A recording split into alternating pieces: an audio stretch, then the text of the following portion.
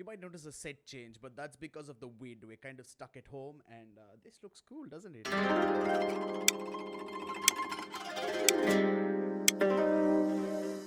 Hey guys, welcome back to Minute 101, the show where we take a manga or series and we give you a quick rundown and review and tell you whether you should watch it, read it, or maybe just avoid it entirely. I'll be honest, I started this manga when I was just looking for something funny to read. I don't even remember what I was reading that made me want to read this particular manga.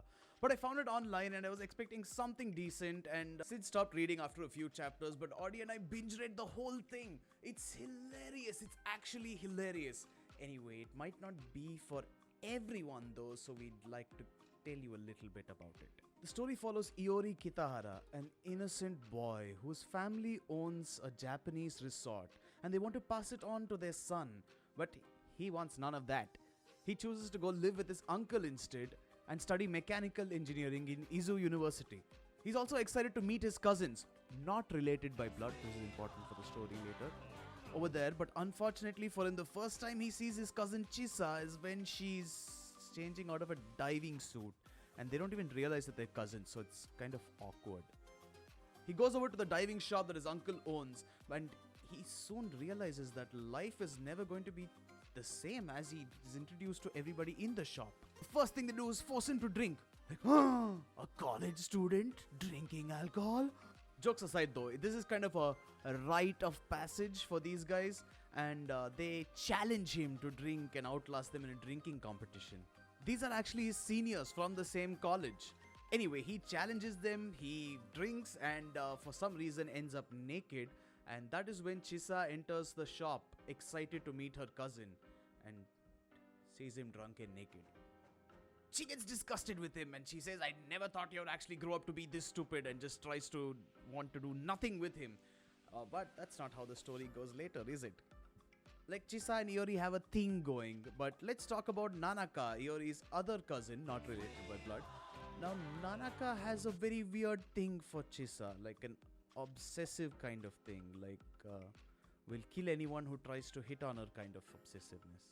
Then you have Iori's best friend in the world, Kohei, who is a lolicon pervert. Yeah, you heard that right. He's kind of obsessed with the little sister idea, and he actually meets Iori's sister and he kind of...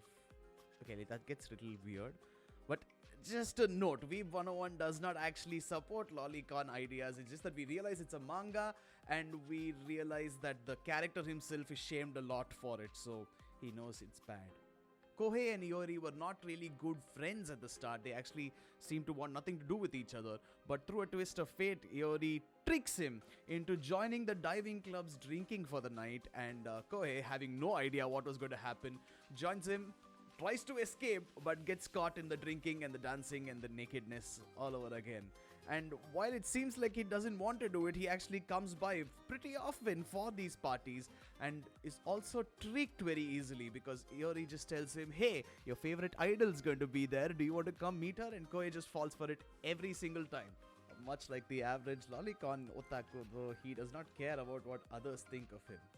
There are a ton of characters and a ton of plots that I can't really get into without spoiling too much or explaining the whole thing. So I will just leave you with two small things before we end this video. The first one is diving.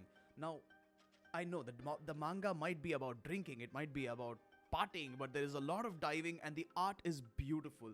You actually get a sense of what it's like to be beneath the ocean. And Iori, who's a guy who's actually scared of diving, who doesn't want to go diving, slowly gets more and more used to the whole thing and actually ends up being in love with it.